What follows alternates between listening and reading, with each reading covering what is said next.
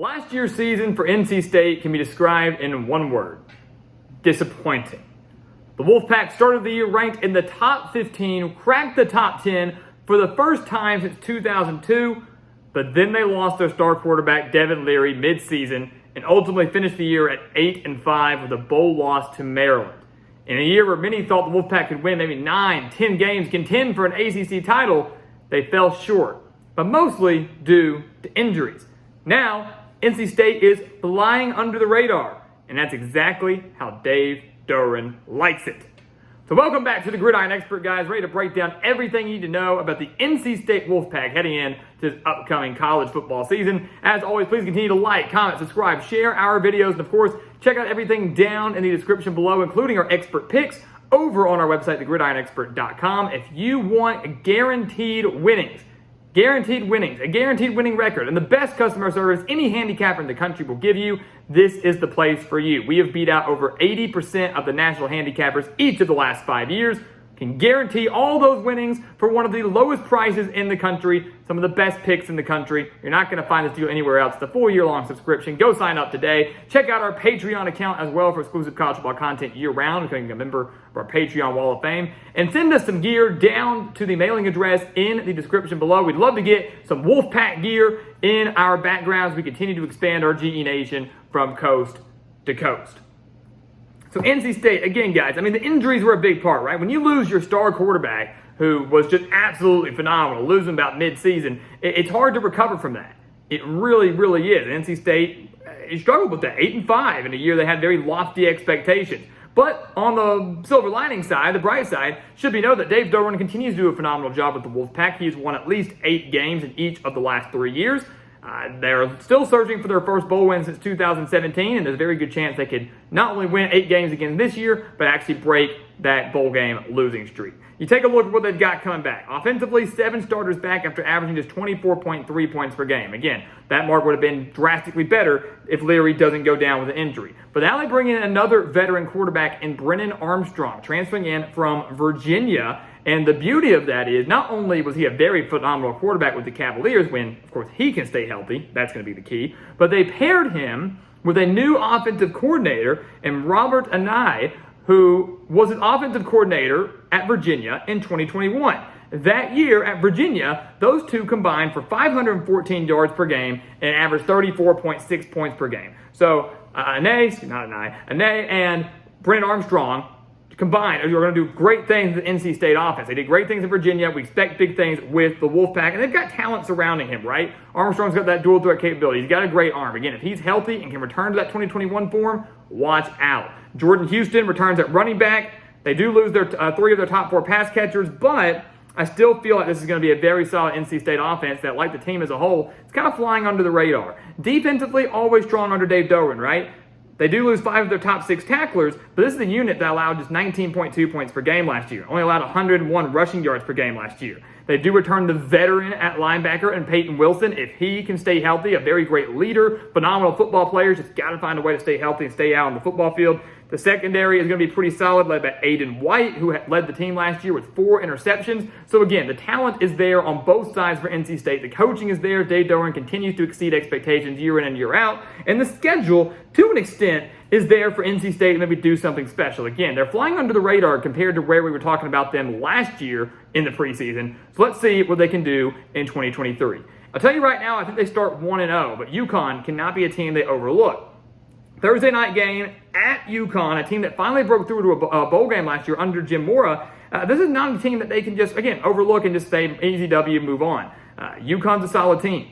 They're a run-heavy team. It's going to challenge that front 7 of NC State.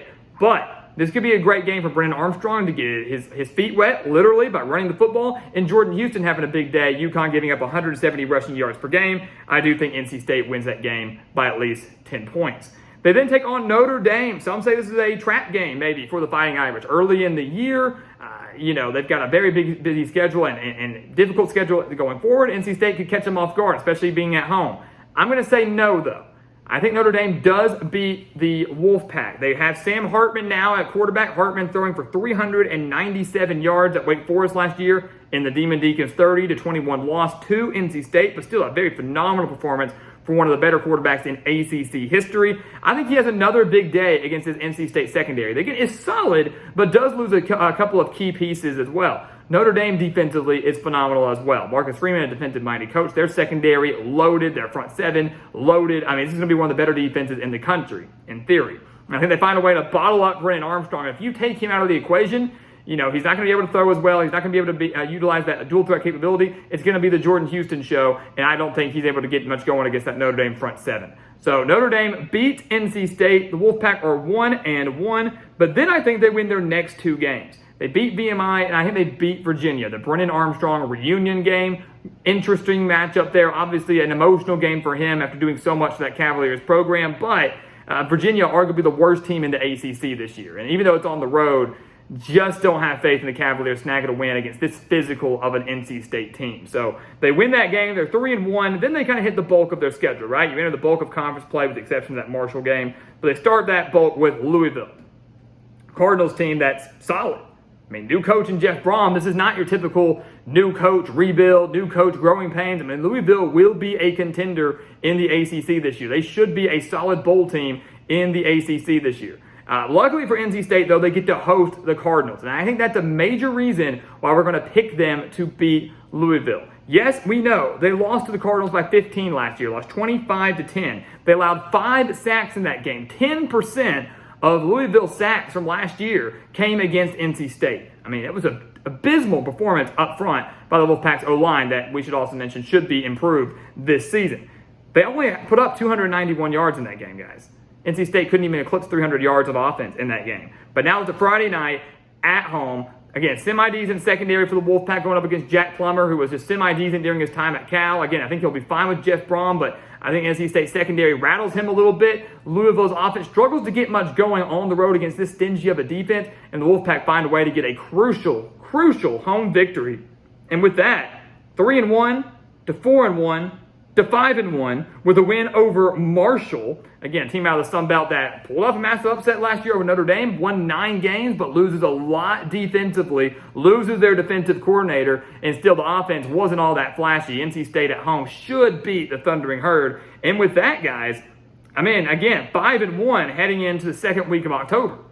Phenomenal start so far for Dave Doran's squad. The only loss coming to a good Notre Dame team. This probably is a top 25, top 20 NC State team heading into the road game at Duke. This is one of those games I could view as a toss-up for NC State. One where I could very well see them winning it, but could just as easily see them losing it.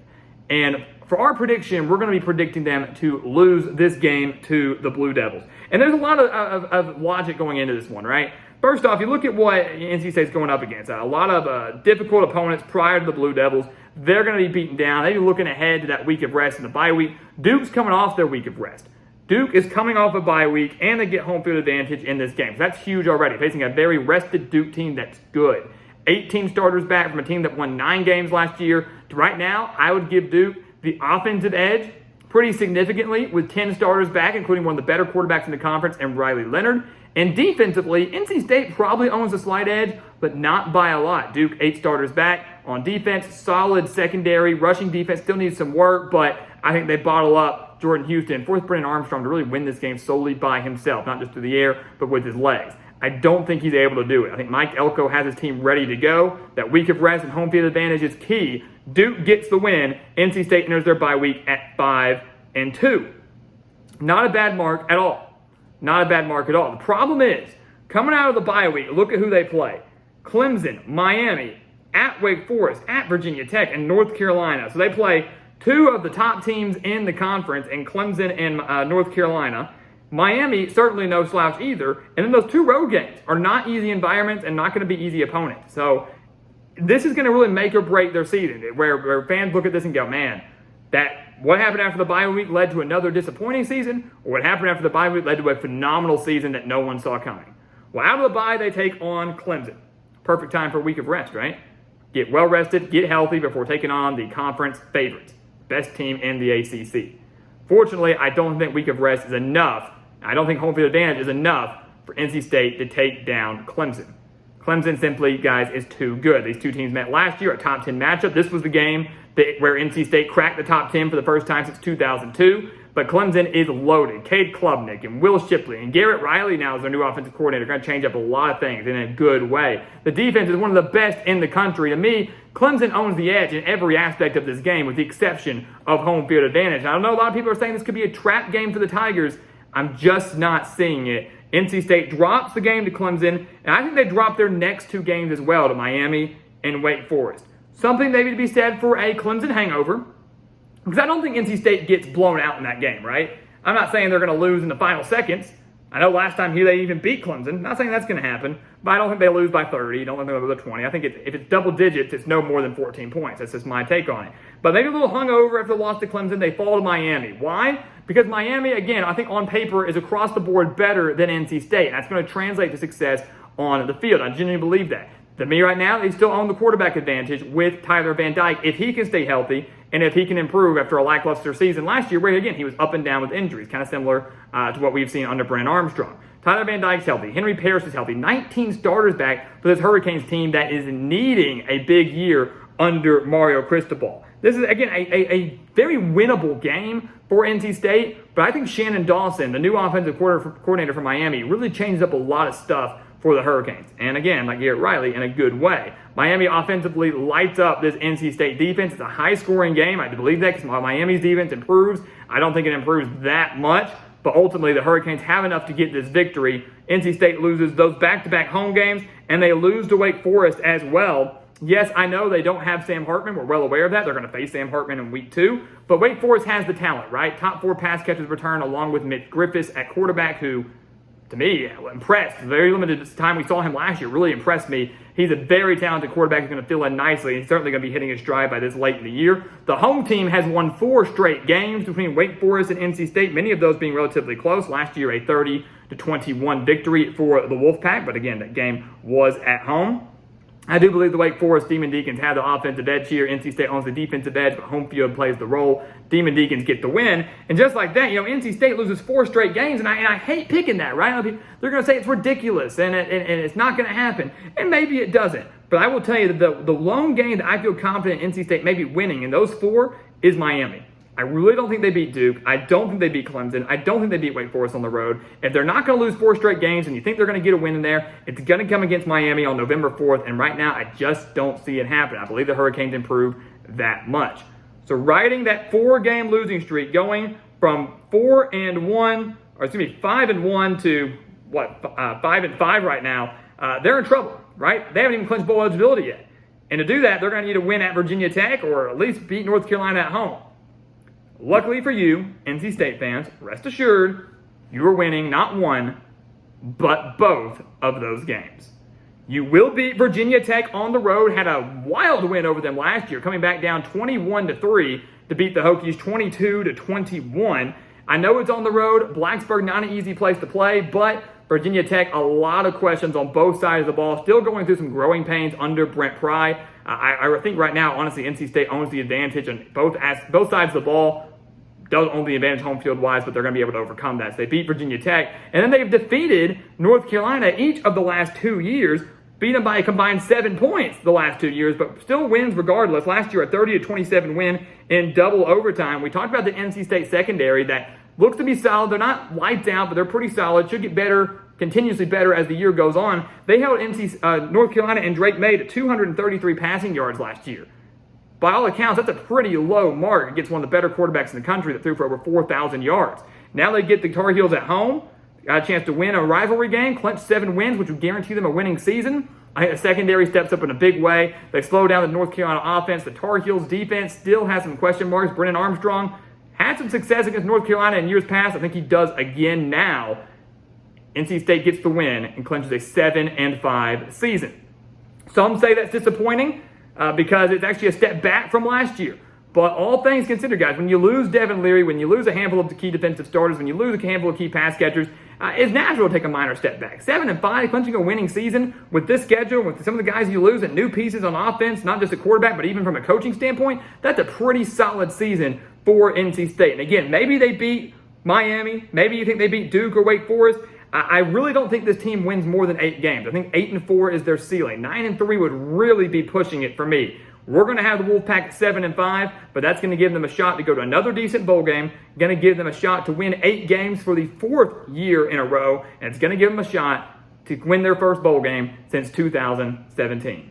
So guys, as always, thank you so much for watching us here at the Gridiron Expert on YouTube. Make sure to continue to like, comment, subscribe, share our videos, and of course, check out everything down in the description below, including our expert picks over on our website, thegridironexpert.com, our Patreon account, exclusive college football content there year-round. Do not miss out on that. And of course, our mailing address. Send us some gear to the mailing address down in the description below so we can get some more gear, whether it's NC State or wherever your team may be. We want to continue to grow our GE Nation. And once again, guys, as always, thank you so much for watching, and we'll see you next time right here on the Gridiron Expert. Yeah.